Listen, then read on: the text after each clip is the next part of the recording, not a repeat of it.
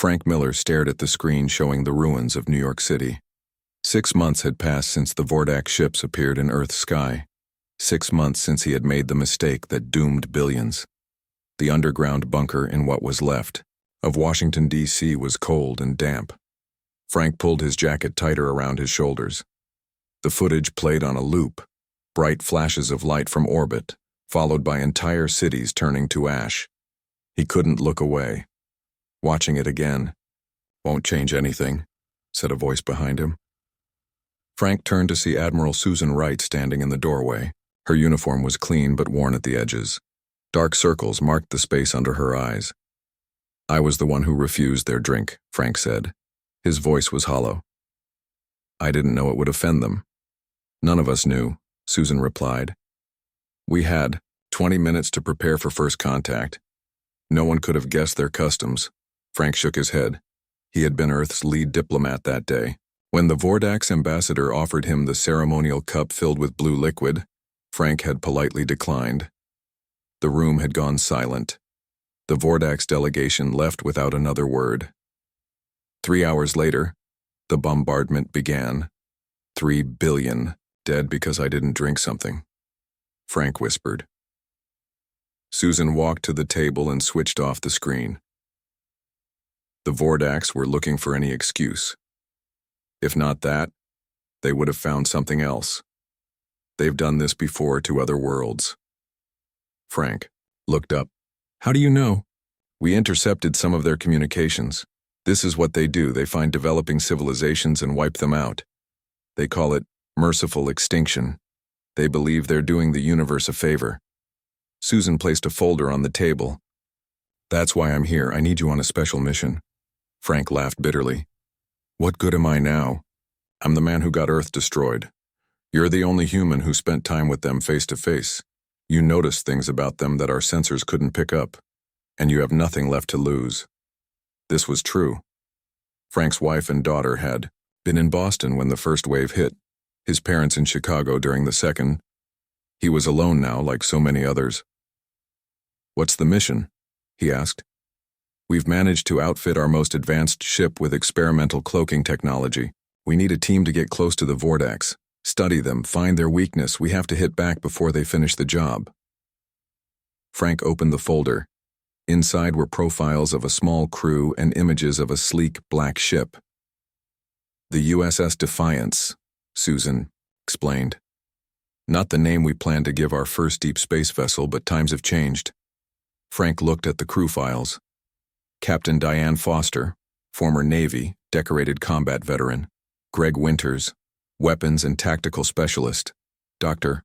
Alan Patterson, xenobiologist who had studied the few Vordax remains recovered from a damaged ship. "Why me? I'm not a soldier or a scientist." "Because you're the only one who might recognize something important about them. Something we can use." Frank closed the folder. "What happened to diplomacy? To finding peaceful solutions?" Susan's face hardened. "That ended when they killed 3 billion people for a cultural misunderstanding. We tried civilization. Now we do whatever it takes to survive." 3 days later, Frank stood in the loading bay of the USS Defiance. The ship was smaller than he expected, designed for stealth rather than power. Its black hull absorbed light rather than reflected it. "Mr. Miller," said a woman's voice. Frank turned to see Captain Diane Foster approaching. She was tall with short brown hair and moved with military precision. "Welcome aboard. I hope you'll find your quarters acceptable, though they're not exactly first class." "Anything's better than the bunker," Frank replied. Captain Foster nodded. "Let me introduce you to the team." She led him through narrow corridors to the ship's bridge. 5 people worked at various stations running pre-flight checks. "This is Greg Winters, tactical officer." A muscular man with a shaved head nodded, without smiling. "He'll be handling our weapons should we need them." "When we need them," Greg corrected. "And Dr. Alan Patterson." A thin man with glasses looked up from a screen displaying what appeared to be alien tissue samples. "He's studying everything we know about Vordax biology." "Not nearly enough," Dr. Patterson said, shaking Frank's hand. "I'm hoping you can help, fill in some gaps." Frank met the rest of the crew. Linda Reyes, the pilot, Sam Carter, communication specialist, and Peter Davis, the engineer who maintained the experimental cloaking system. "We launch in 30 minutes, Captain Foster announced. "Everyone to your stations." As the crew prepared for departure, Frank stood by a viewport looking at Earth. From this distance, you couldn't see the destruction. It still looked blue and beautiful, with white clouds swirling across its surface. But he knew better. The continents were scarred with impact craters. Most major cities were gone. The survivors lived underground or in remote areas, hiding from Vordax scanning sweeps. "First time in space?" asked Linda, pausing beside him. "Yes," Frank replied. "Never thought it would be like this." "None of us did," she said softly. "I was training to fly the first Mars colony ship. Now we're running a revenge mission." "Not revenge," Frank said. "Survival." The ship hummed as its engines came online. Through another viewport, Frank could see the lunar base where they had secretly built the Defiance. It was Earth's last hope. Admiral Susan Wright's voice came through the speakers. "USS Defiance, you are cleared for departure. Your mission parameters are as follows. Gather intelligence on Vordax weaknesses, avoid detection at all costs, and return with actionable information." There was a pause before she continued. "The future of humanity depends on what you discover. We believe they're planning something big, a final assault to finish what they started. You need to find out what it is and how to stop it." Captain Foster responded, "Understood, Admiral. We won't let you down." "One more thing," Susan added. Her voice was different now, harder. "If you find a way to hurt them, a way to make them pay for what they've done, take it. We're done playing by civilized rules." The transmission ended. Captain Foster looked around at her crew. "You heard the Admiral. Our mission is clear. We find their weakness and we exploit it. For Earth." "For Earth," the crew echoed. As the Defiance slipped away from the lunar base, activating its cloaking system, Frank watched his home planet grow smaller. He thought about all those who had died, about the mistake that had cost so much. "I'll make it right," he whispered to himself, "whatever it takes." 3 months had passed since the USS Defiance left Earth. The small ship moved silently through space, hidden by its cloaking technology. For weeks, they had been following Vordax supply ships, staying just close enough to gather information, but far enough to avoid detection. Frank sat in his small cabin reviewing footage they had collected. The Vordax ships were massive compared to the Defiance, gray metallic structures with strange spikes jutting out from their hulls. Their weapons had torn through Earth's defenses like paper. A knock at his door pulled Frank from his thoughts. Captain Foster entered without waiting for a response. "We've intercepted something big," she said. "Come to the bridge." Frank followed her through the narrow corridors. The rest of the crew was already gathered around the main screen when they arrived. "Play it again," Foster ordered. Sam Carter, the communications specialist, tapped his console. A series of strange clicks and whistles filled the room, the Vordax language. Below the sounds, a rough translation appeared on screen. "Final phase, planetary cleansing, 7 Earth cycles, completion of mercy." "They're planning the final attack," Greg said, his hands tightening into fists. 7 Earth cycles. That's 1 week. "There's more," Sam continued. "They mentioned something called the Nazcree problem several times. It seems they're fighting another species at the same time they're attacking us." Frank leaned forward. "Another enemy? Could we contact them? Form an alliance?" "Maybe," Captain Foster replied. "But first we need more information about both the Vordax and these Nazcree. There's a small Vordax outpost on a moon 2 days from here. We could raid it for data." The crew looked at each other. They hadn't engaged directly with the Vordax since leaving Earth. "It's risky," Linda said. "If they detect us, we're done." "If we do nothing, Earth is done," Greg countered. "I say we go." Captain Foster nodded. "Prepare for the raid. Greg, Frank, you'll go in. The rest of us will keep the ship ready for immediate departure if things go wrong." 2 days later, Frank found himself in a spacesuit standing in the airlock with Greg. The Defiance had positioned itself near the small Vordax outpost, a dome-like structure on a lifeless moon. Scans showed only 3 Vordax inside. "Remember," Greg said, checking his weapon. "We go in quiet, download everything we can, and get out. No heroics." Frank nodded. He carried no weapon, just a data collection device Dr. Patterson had prepared. The airlock opened and they pushed off toward the outpost. Frank's heart pounded in his ears as they approached a service entrance Dr. Patterson had identified. Greg used a device to override the lock, and they slipped inside. The interior was lit, with a dull purple glow. The air was breathable but had a strange metallic smell. They moved slowly through curved corridors until they reached what appeared to be a control center. "There," Greg whispered, pointing to a console. "That should connect to their main network." Frank approached the alien technology. The symbols were strange, but Dr. Patterson had prepared him for this. He attached his device and began the download. "Hurry," Greg urged, keeping watch at the door. Data flowed into their device. Star charts, communication logs, tactical plans, gigabytes of information that could save Earth. Suddenly, Frank froze. "Greg, look at this." On the screen was a list of planets with dates beside them. Earth was there, but it wasn't alone. 12 other worlds were listed, all with dates going back hundreds of years.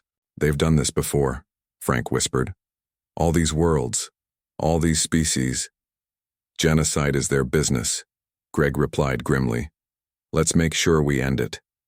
As the download completed, Frank noticed another file, a supply manifest showing shipments of something called xantharium to Vordax warships. "They need this element for their weapons," Frank realized, "and according to this, it only comes from their home system." A loud alarm suddenly blared through the outpost. They had been detected. "Time to go," Greg said, grabbing the data device. They ran back toward the airlock, hearing the heavy footsteps of Vordax guards behind them. Greg fired his weapon, sending a bright blue pulse down the corridor. "The ship's ready," Linda's voice came through their comms. "Get out now." They reached the airlock and tumbled into space just as a Vordax appeared in the doorway behind them. Its tall, angular form was encased in armor. 4 yellow eyes glowed with hatred as it raised a weapon.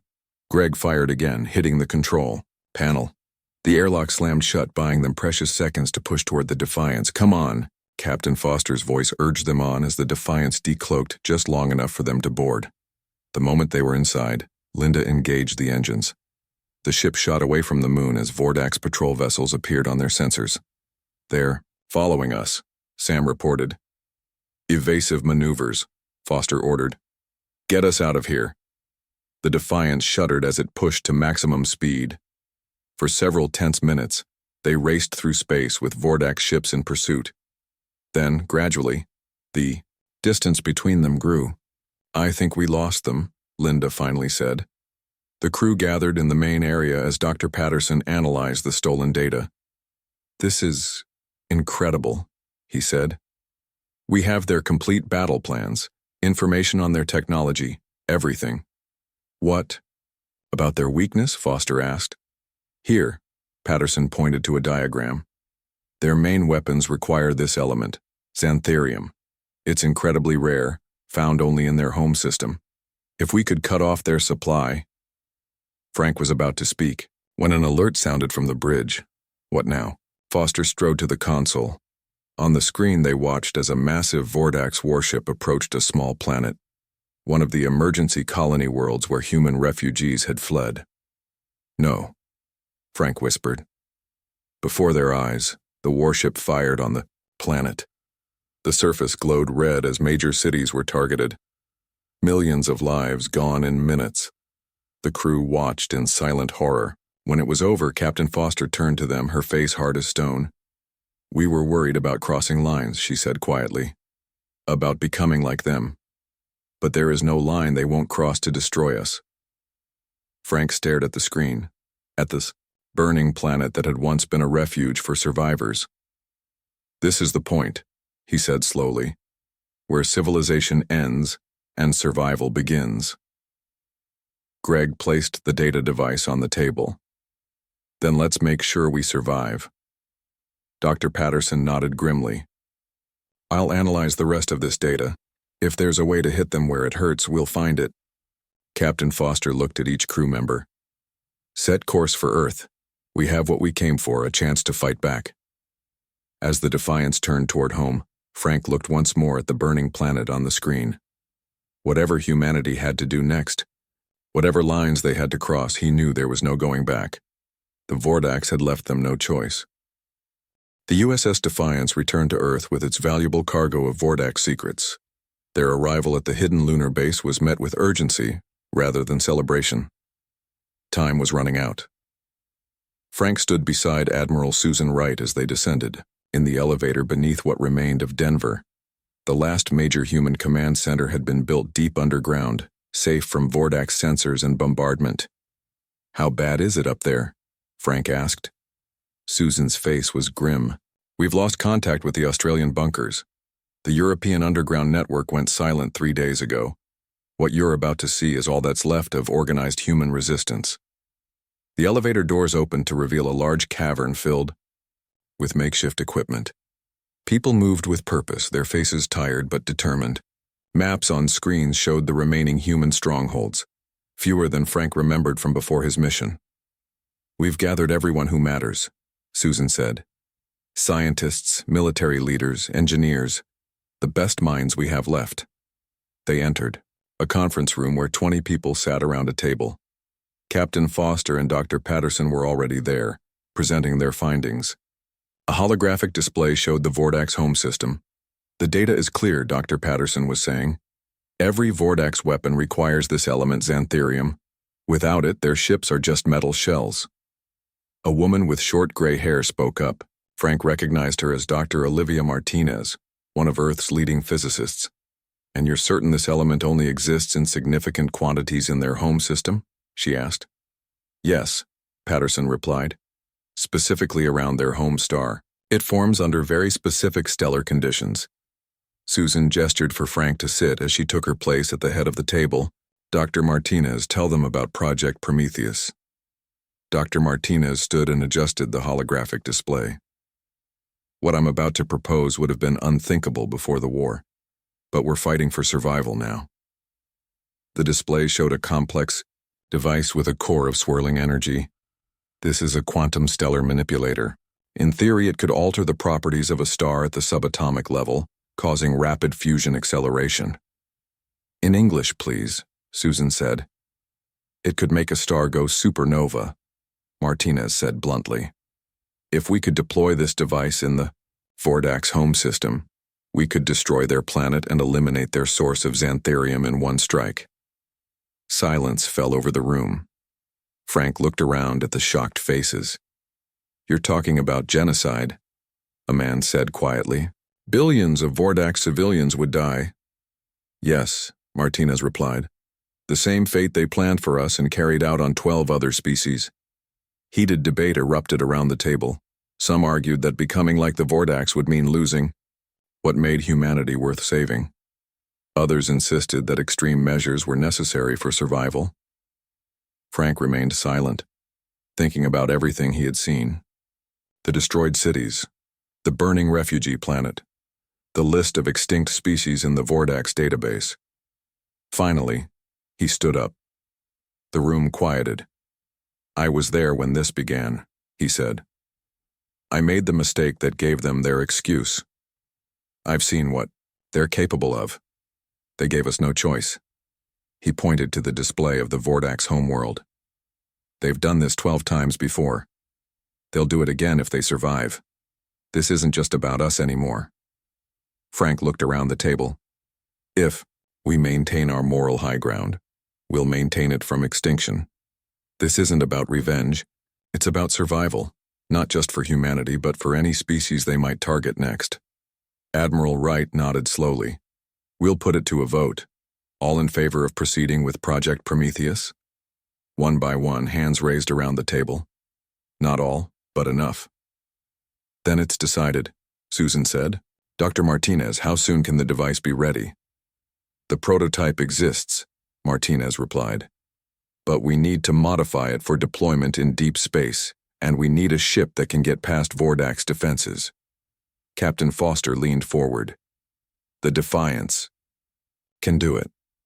With the data we've collected, we can plot a course that avoids their patrol routes. It would be a one-way trip, Susan pointed out. Even if you succeed, the supernova would destroy everything in that system.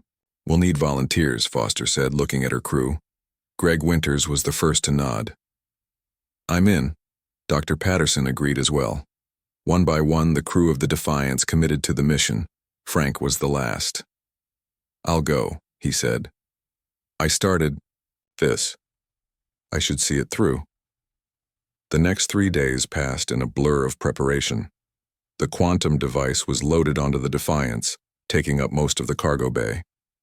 Dr. Martinez worked with engineer Peter Davis to integrate it with the ship's systems. Laura Chen, a brilliant young engineer, joined the crew to monitor the device during transit.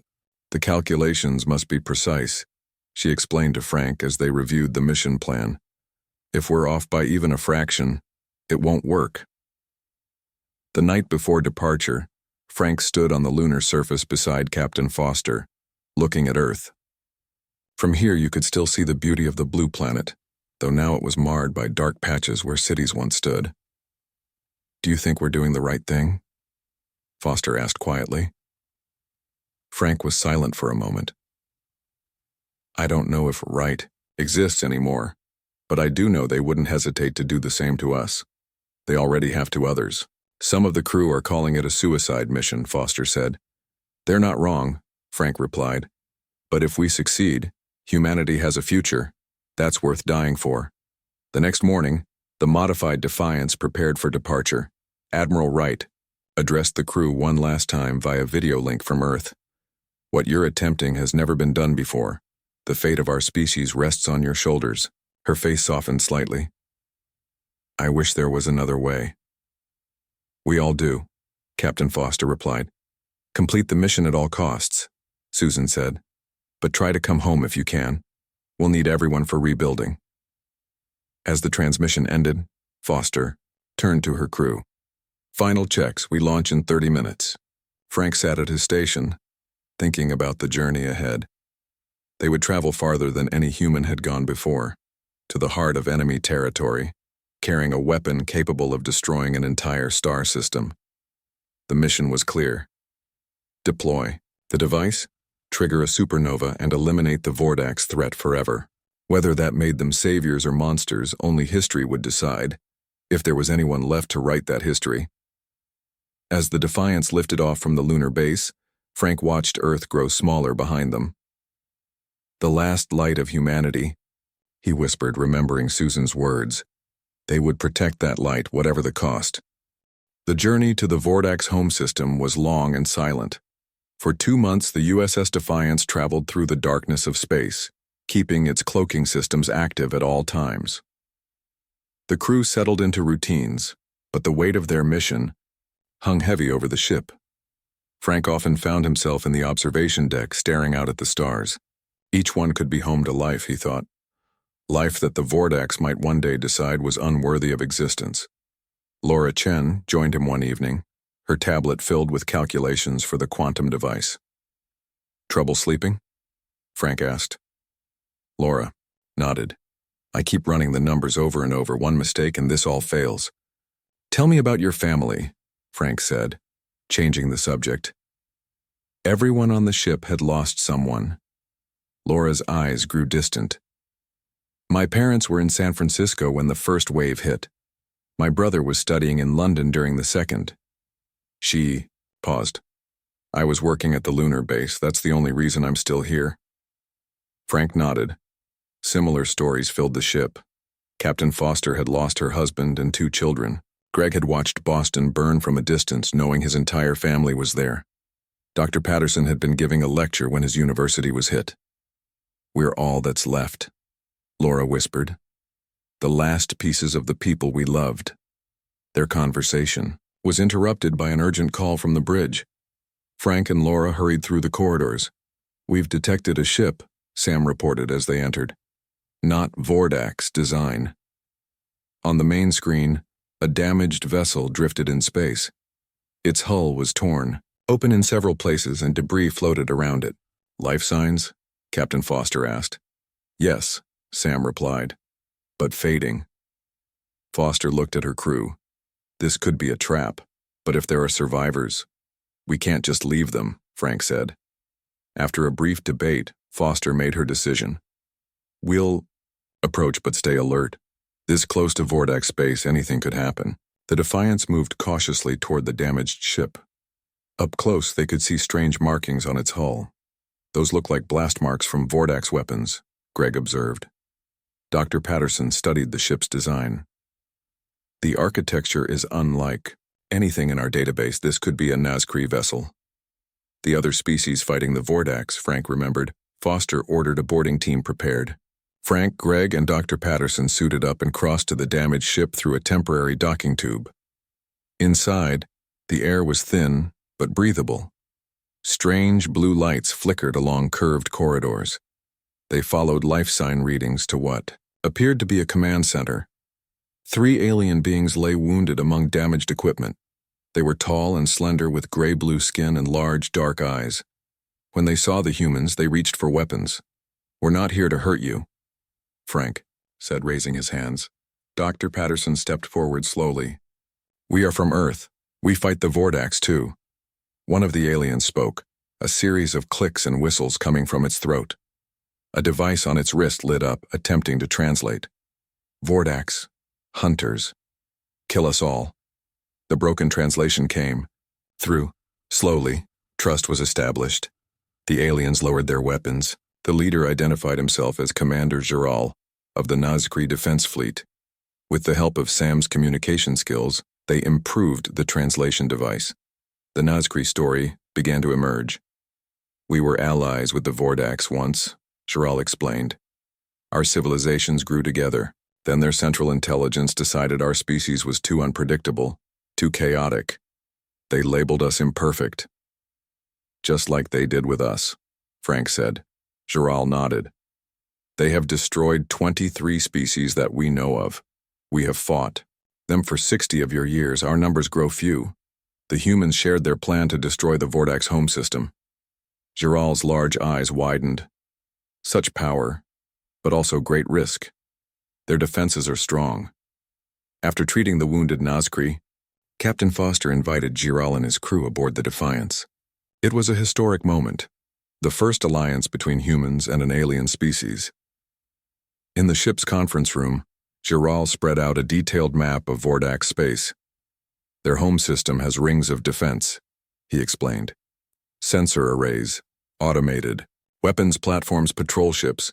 No direct approach is possible." Greg studied the defenses. "Even with our cloaking technology, we'd be detected. We need a diversion," Foster said. Giral touched a point on the map. "The Vordax are gathering a fleet here, preparing for their final attack on both our worlds. If we strike there, it might draw forces away from their home system." "Your ship is too damaged," Foster pointed out. "We have others," Giral replied. "Hidden throughout this sector. I can call them." A plan began to form. The Nazcree would launch an attack on the Vordax fleet, drawing attention and forces away from the home system. Meanwhile, the Defiance would slip through the weakened defenses and deploy the quantum device. "It would mean sacrificing many of my people," Giral said quietly. "We're asking the same of our crew," Frank replied. That night, as the Nazcree sent encrypted messages to their hidden ships, Dr. Patterson called an urgent meeting. His face was pale as he shared his latest discovery. "I've been analyzing the Vordax biological samples along with data from the Nazcree," he said. "I found something disturbing." On the screen, he displayed complex DNA sequences. "The Vordax aren't natural beings, they're engineered." "What do you mean?" Foster asked. "Their genetic code contains artificial sequences, programmed behaviors. They were created by someone else, long ago." Patterson looked around the room. "They're living weapons designed to cleanse the galaxy of species deemed imperfect by their creators." "Are you saying they have no choice?" Frank asked. "That they're just following programming?" "To some degree, yes. Their society is controlled by a central AI core that makes all major decisions." Patterson pointed to data from the Nazcree. "This core is located in their capital city. It's the true enemy. Not the Vordax people themselves, Laura spoke up.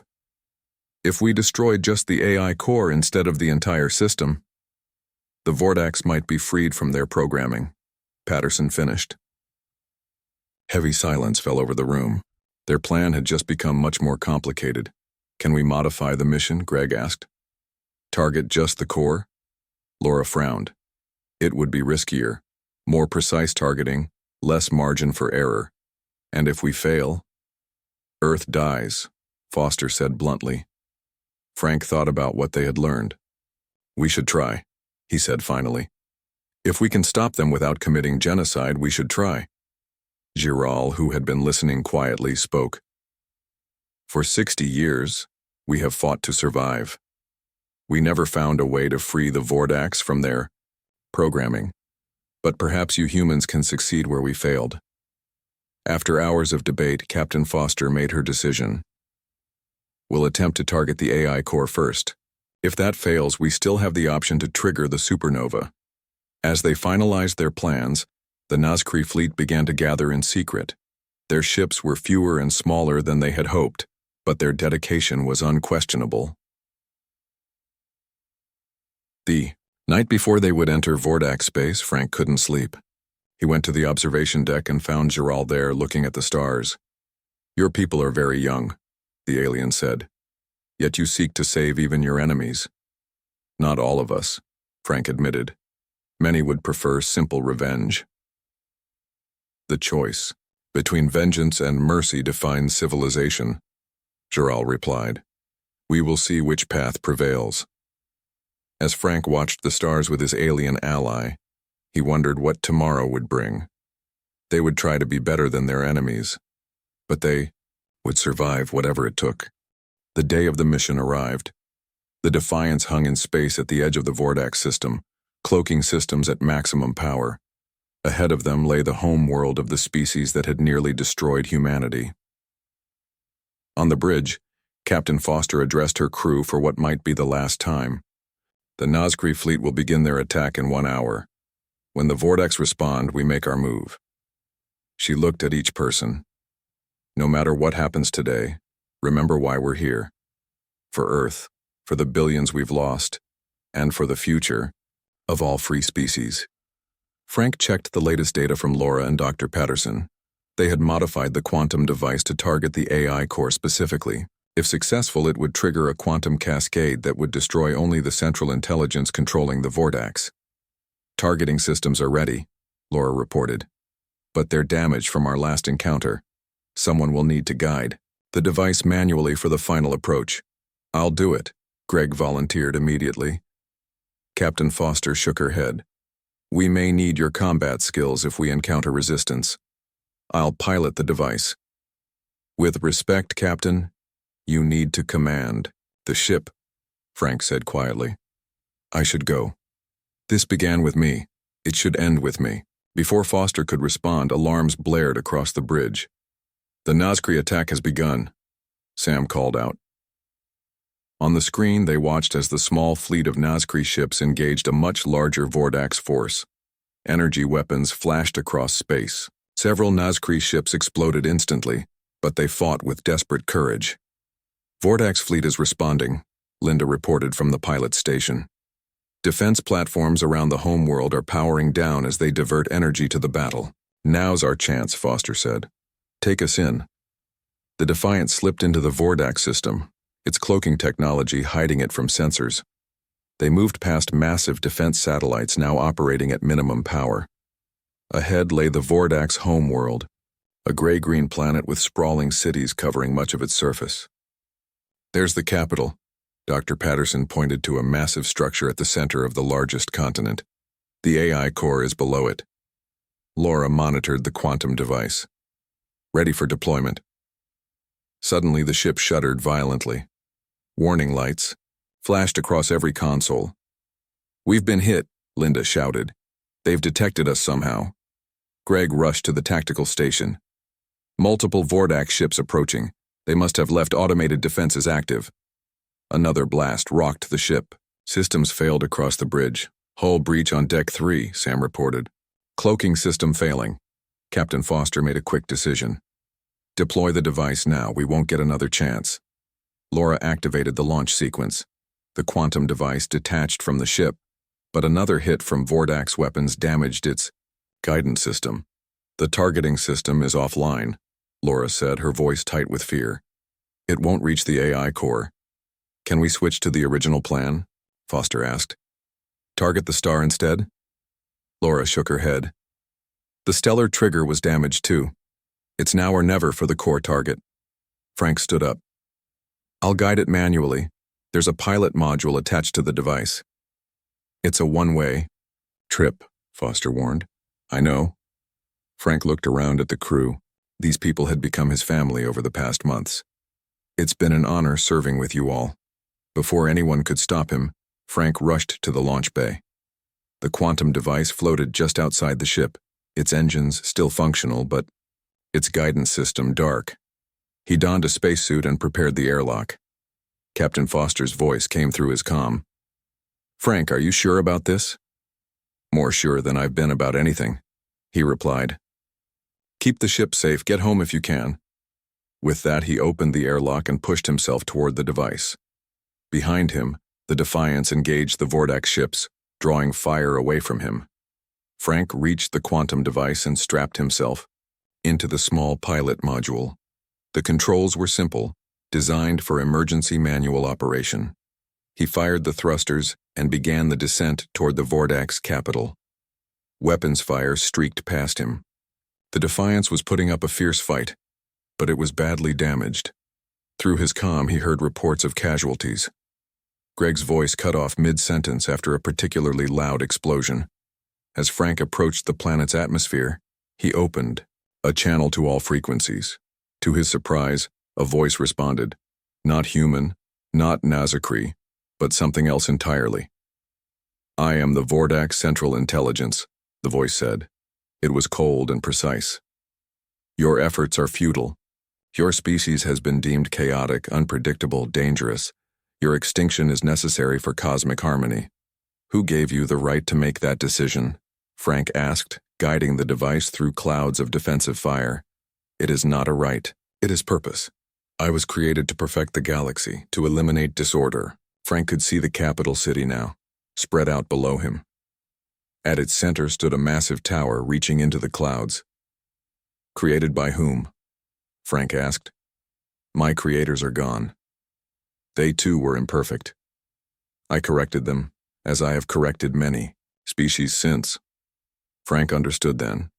The AI had destroyed even its creators, seeing imperfection everywhere. That's not correction, Frank said. That's fear of difference, of change. The device was now directly over the tower. Frank could see energy shields surrounding it, but the quantum device was designed to bypass such defenses. You cannot understand perfection, the AI said. You are too limited. Maybe, Frank replied, but we understand something you never will. What is that? That sometimes being willing to die for a chance at peace is better than certainly killing. For control. With those words, Frank activated the quantum device. Energy swirled around him as the cascade began. The tower below him shimmered as quantum particles penetrated its shields. In his final moments, Frank thought of Earth, of the billions lost, of the crew of the Defiance fighting to the end. He hoped they would survive to tell the story. The quantum cascade reached the AI core. There was a moment of blinding light, then silence. Across the Vordak system, their ships suddenly stopped firing.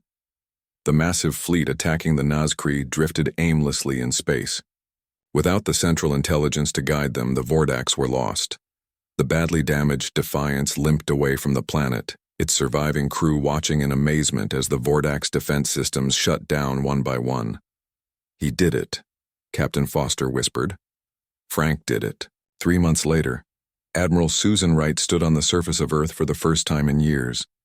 The Vordak's bombardment had stopped the day the AI core was destroyed. Reports from across space told of confused Vordaks, suddenly free of the controlling intelligence that had driven them to genocide for centuries. The Defiance had made it home, carrying data cores from the AI that revealed the locations of other species hiding from Vordak's attacks. Earth was reaching out to them all, building a coalition of survivors. Construction crews worked around her, beginning the long process of rebuilding. At the center of what once was Denver, they were erecting a memorial.